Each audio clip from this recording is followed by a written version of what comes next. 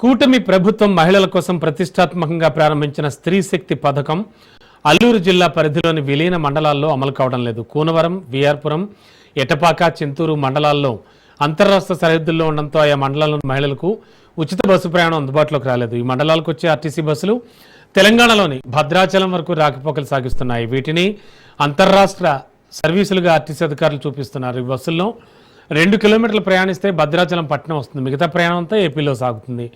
అయినా అధికారులు వీటిని అంతర్రాష్ట్ర సర్వీసులుగానే పరిగణించడంతో 4 మండలాల మహిళలకు ఉచిత బస్సు అందని ద్రాక్షగానే మిగిలిపోయింది. ఏపీలోని చివరి స్టాప్ వరకైనా ఉచిత ప్రయాణ సౌకర్యం కల్పించాలని మహిళలు కోరుతున్నారు.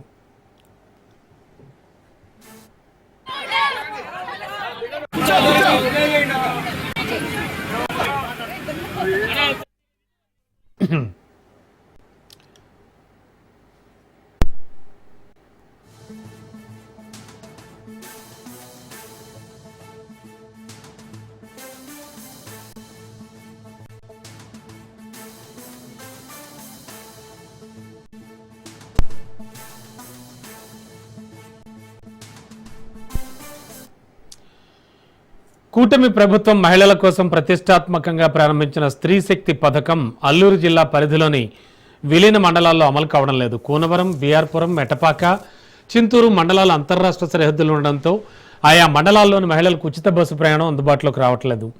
ఈ మండలాలకు వచ్చే ఆర్టీసీ బస్సులు తెలంగాణలోని భద్రాచలం వరకు రాకపోకలు సాగిస్తున్నాయి. వీటిని అంతర్రాష్ట్ర సర్వీసులుగా ఆర్టీసీ అధికారులు చూపిస్తున్నారు.